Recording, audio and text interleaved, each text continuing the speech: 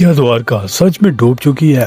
क्या ये वही नगरी है जहाँ श्री कृष्णा राज करते थे? समुद्र के नीचे गुजरात के कोस्ट पर एक ऐसी नगरी छुपी है जिसे कुछ लोग सिर्फ कहानी मानते थे, लेकिन जब साइंटिस्ट ने वहाँ डाइव किया तो उन्हें मिले पत्थर के बड़े शहर जिन्होंने इतिहास बदल दिया। आज हम जानेंगे द्वारका का पूरा सच साइंटिफिक एविडेंस के साथ।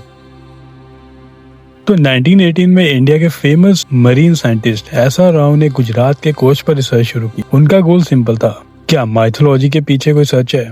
उन्होंने नेशनल इंस्टीट्यूट ऑफ ओशनोग्राफी के साथ मिलकर अंडर वाटर एक्सप्लोरेशन स्टार्ट की और डाइव के दौरान उन्हें मिले बड़े बड़े स्टोन, एंकर्स और एक प्लान्ड स्ट्रक्चर जैसे लेआउट। ये कोई रैंडम चीजें नहीं थी, ये एक ऑर्गेनाइज सिटी थी। जब पहली बार एंकर्स मिले तो एस.आर. राव ने क्लेम किया कि ये एंशिएंट पोर्ट सिटी का प्रूफ है और उनका कहना था कि ये शायद द्वारका हो सकती है। लेकिन 1990 और 2000 में और भी टीम्स ने रिसर्च कंटिन्यू की। इसी दौरान जब आर्कियोलॉजिकल सर्वे ऑफ इंडिया की टीम ने द्वारका के समुद्री इलाके में रिसर्च को आगे बढ़ाया, तब कहानी और भी गहरी हो गई। Veteran archaeologist SR. राव काम को आगे ले जाते हुए ए.एस. गौड़ ने अंडर वाटर सर्वे में कुछ ऐसे सबूत दिए जो सिर्फ एक सिंपल फिशिंग सेटलमेंट को नहीं बल्कि एक एडवांस पोर्ट सिटी को इंडिकेट करते थे। उन्होंने जो एंकर्स डिस्कवर किए उनका डिजाइन बिल्कुल ब्रॉन्ज एज ट्रेड नेटवर्क जैसा था, यानी ये जगह किसी जमाने में एक बिजनेस इंटरनेशनल पोर्ट रही होगी जहाँ से व्यापार होता था। लेकिन सबसे बड़ा शॉकिंग मोमेंट तब आया जब एक डाइव के दौरान डाइवर्स को समुद्र के नीचे एक लंबी सीधी वॉल जैसी स्ट्रक्चर मिली जो बिल्कुल नेचुरल फॉर्मेशन लग रही थी। ये स्ट्रक्चर इतना सिमेट्रिकल था और प्लान था कि साइंटिस्ट भी हैरान थे। इसी डिस्कवरी ने डिबेट को और तेज कर दिया और एक बड़ा सवाल खड़ा कर दिया, क्या द्वारका सिर्फ एक मिथ नहीं बल्कि एक वेल प्लान्ड एडवांस सिटी थी जो समुद्र के नीचे छुप गई? द्वारका का सबसे बड़ा सवाल आज भी वही है, ये सब कितना पुराना है? समुद्र के नीचे मिले स्ट्रक्चर ने दुनिया भर के रिसर्चर्स को हिला दिया, लेकिन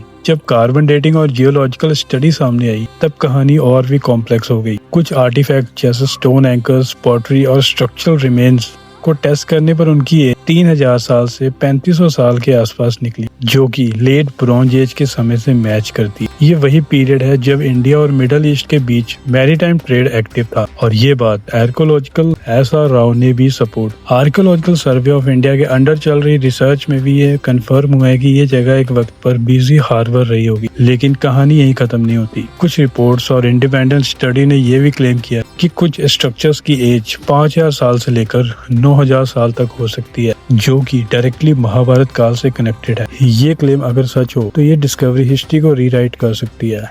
यहीं से शुरू होती है असली कंट्रोवर्सी। साइंटिस्ट कम्युनिटी दो हिस्सों में बढ़ गई। एक ग्रुप स्ट्रांगली मानता था कि ये एक एंशिएंट द्वारका नगरी है जिसे महाभारत काल में भी बताया गया था, और दूसरी तरफ काफी जियोलॉजिकल और आर्कियोलॉजिस्ट ये आर्ग्यू करते हैं कि ये स्ट्रक्चर नेचुरल रॉक फॉर्मेशन भी हो सकते हैं और जियोलॉजिकल प्रोसेस से बने हुए हैं, और जो आर्टिफैक्ट्स मिले हैं वो अलग अलग टाइम पीरियड्स के हो सकते हैं, जिससे एक क्लियर टाइमलाइन एस्टेब्लिश करना बहुत मुश्किल है। क्या ये किसी प्राचीन शहर की दीवार थी या फिर नेचर का एक अजीब कोइंसिडेंट? आज तक इसका क्लियर आंसर किसी के पास नहीं है, और यही मिस्ट्री द्वारका को दुनिया के सबसे फैसिनेटेड अनसोल्व्ड पजल में से एक बना देती है, जहाँ साइंस और माइथोलॉजिकल एक दूसरे से टकराते हैं लेकिन सच अभी भी समुद्र की गहराइयों में छुपा हुआ है। सोचो, एक तरफ है प्राचीन ग्रंथ जैसे महाभारत जो बताते हैं कि द्वारका कोई आम नगरी नहीं थी बल्कि एक सोने की नगरी थी, चमकती हुई, समृद्ध और भगवान कृष्ण की राजधानी। और फिर एक दिन बिना किसी वार्निंग के समुद्र ने इसे अपने अंदर समा लिया। अब दूसरी तरफ आता है साइंस। साइंस इमोशन या फेथ पे नहीं, एविडेंस पर काम करता है। साइंटिस्ट कहते हैं कि हजारों साल पहले सी लेवल आज से अलग था। कोस्टल एरिया में बार बार बदलाव होते रहे। अर्थक्वेक, टेक्टोनिक शिफ्ट और क्लाइमेट चेंज जैसे फैक्टर ने कोस्टल सिटी को डिस्ट्रॉय कर दिया। लेकिन मरीन आर्कियोलॉजिस्ट को जो स्ट्रक्चर मिले जैसे स्टोन वॉल्स और anchor, grid like city plan के साइन, ये सब हिंट देते हैं कि वहाँ सच में एक ऑर्गेनाइज सिटी एग्जिस्ट करती थी। हिस्ट्री में ये पहली बार नहीं हुआ।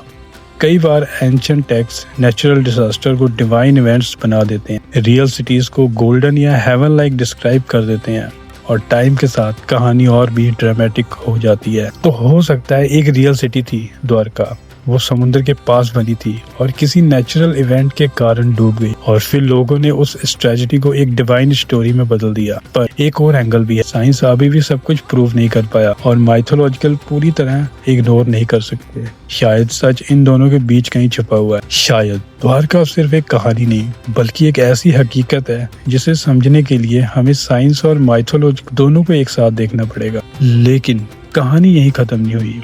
सबसे बड़ा सवाल अब भी वही है, क्या ये वही द्वारका थी जिसका जिक्र महाभारत में मिलता है? क्या ये भगवान कृष्ण की असली नगरी थी?